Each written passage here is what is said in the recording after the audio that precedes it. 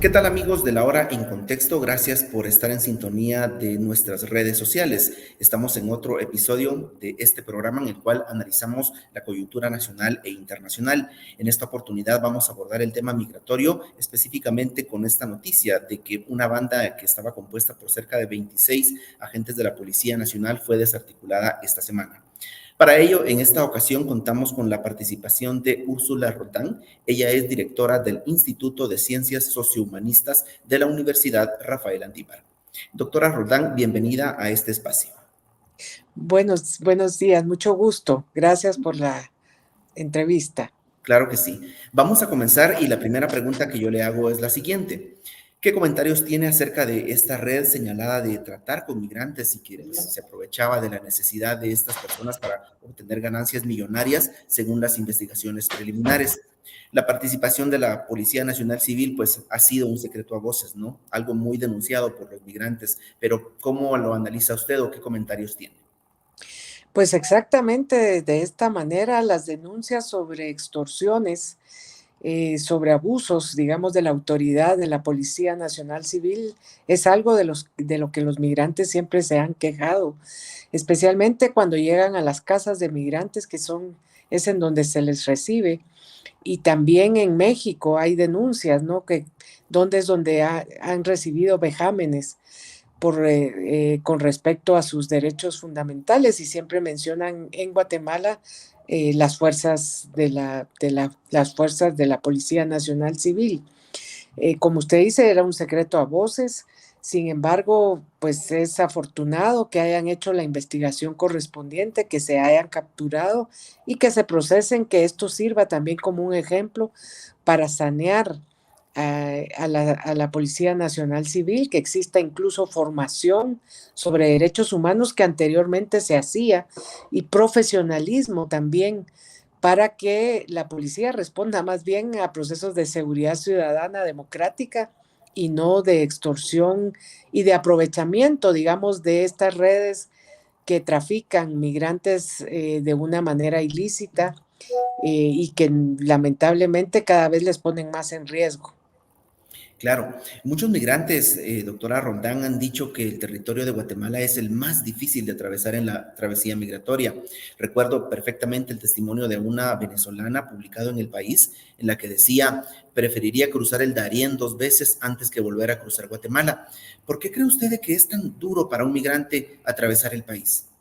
Mire, yo creo que es por la revictimización que se hace de las personas migrantes, porque se les extorsiona desde que entran al país, desde el tránsito en las fronteras hasta el tránsito para llegar a la ciudad capital o hacia el norte, hacia Petén. O sea, son diferentes tramos que tienen que cruzar, y en cada uno de estos tramos se les hace cobros, y cobros excesivos, sabiendo que las personas pues tienen gran necesidad de poder seguir su camino hacia México y llegar a Estados Unidos, y que no tienen ninguna posibilidad de defensa, puesto que son la autoridad de la fuerza policial quien les está haciendo la extorsión. ¿Con quién van a poder ellos tener algún nivel de protección? Pues las únicas organizaciones son las casas de migrante, que repito, son las que les reciben, pero no quienes les pueden acompañar en toda la ruta, y algunas organizaciones de sociedad civil que trabajan en frontera con ayuda humanitaria, pero que no tienen la posibilidad de incidir en estos cambios de derechos humanos.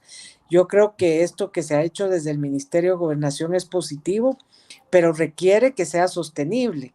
Y para que sea sostenible, repito, las estrategias que se deben de usar es precisamente mantener la investigación, mantener la profesionalización de los policías civiles, y por supuesto que también atender lo que serían pues el acompañamiento a las familias migrantes en su ruta.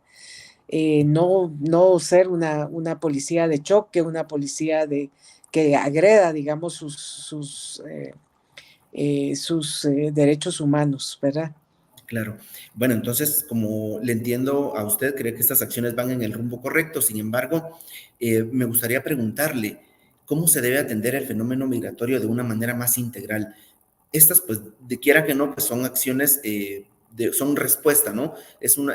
Digamos, es una respuesta que se está dando al fenómeno, pero de repente, ¿cómo tratar de evitar en sí el fenómeno? Se habla mucho de las causas raíces, pero ¿qué se puede hacer en ese sentido?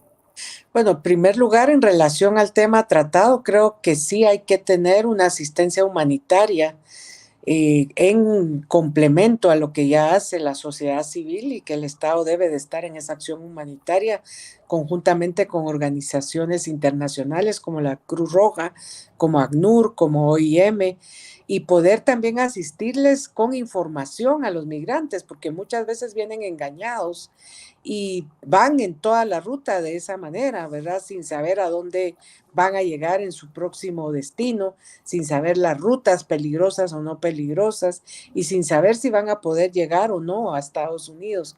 Ahora se tienen estos procesos de regularización migratoria que Estados Unidos dice que implementará, y de hecho ya lo está haciendo en oficinas específicas que están vinculadas a OIM y a ACNUR, para ver si tienen posibilidades de irse de una manera documentada. Esta es una posibilidad, ¿verdad? Con las distintas figuras de regularización. También las visas de trabajo que promuevan una migración circular, se debe de ampliar esta posibilidad. Y lo tercero, lo que siempre hemos hablado, políticas públicas que arraiguen a la población en sus territorios, que son políticas de educación, de salud y también, por supuesto, de inversión. Ahora se acaba de anunciar un programa importante de inversión de Estados Unidos para fortalecer precisamente esas causas raíz de la migración. Pero debe de llegar a los territorios con una institucionalidad fortalecida del Estado que permita realmente que existan políticas públicas adecuadas a los territorios de donde salen las poblaciones migrantes, y que además se haga en coordinación con las autoridades locales, con las comunidades indígenas y rurales, que son las que más migran, y en protección también de las mujeres y de la niñez. Claro, ya lo mencionaba usted, una pieza muy importante en todo esto del fenómeno migratorio, que es Estados Unidos. Y me gustaría aprovechar estos minutos que nos quedan para hablar un poco acerca de las elecciones en ese país, que son próximamente, ya queda poco, creo que un mes casi ya exactamente para que se defina el rumbo que tomará este país. Me gustaría preguntarle, doctora Roldán, si usted pues vio algún avance o algún progreso con la administración Biden en cuanto al abordaje del fenómeno migratorio en Centroamérica. Bueno, digamos, los aspectos positivos de la administración Biden fueron los diferentes acuerdos que se hicieron a través de las reuniones sobre el tema de migración. Uno de ellos se hizo en Guatemala a través de alianzas entre sectores de la sociedad civil, la academia, los gobiernos, y pues la idea era precisamente comprometer a diversos estados para trabajar estrategias que permitan una migración ordenada y segura. Lo que no hubo, y bueno, y esa ampliación, como digo, de figuras regulatorias, como fue la figura de parol humanitario, especialmente para Nicaragua, Cuba, Haití, también la posibilidad de integración familiar y, por supuesto, la protección a la niñez migrante. Sin embargo, los flujos migratorios siguieron, las deportaciones continuaron, la frontera se siguió fortaleciendo, especialmente en el sur de Estados Unidos, y de nuevo hay procesos de regresión en las políticas migratorias debido a la presión política que se vive por las elecciones próximas a realizar. Entonces hay cierres de frontera, hay disminución, digamos, de la posibilidad de aceptar más personas que puedan regularizarse ingresando a Estados Unidos.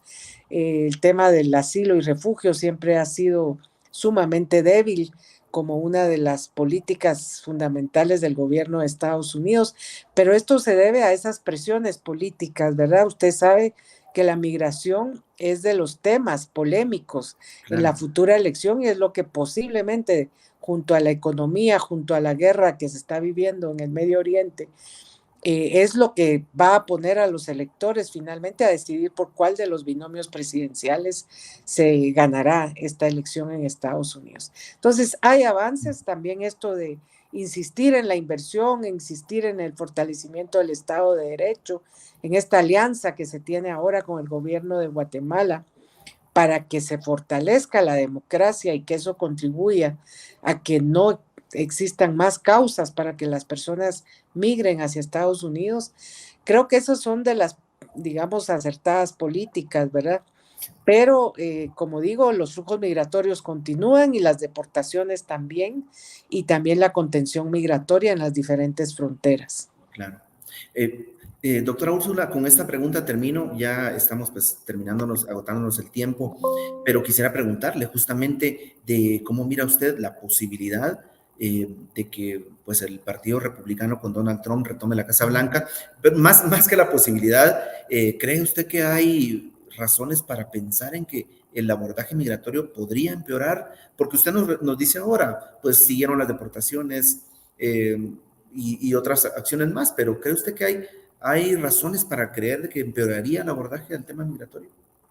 Yo creo que de ganar Donald Trump sí empeoraría, precisamente porque su retórica de odio es sumamente fuerte.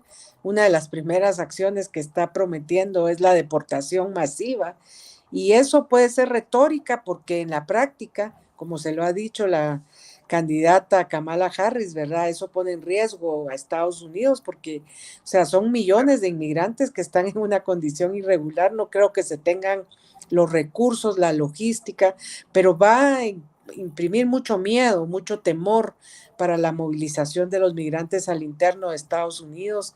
Por supuesto que puede ser violento en las fronteras y que puede generar mucha incertidumbre de los países que expulsan a población migrante, puesto que son las remesas las que mantienen buena parte de las economías.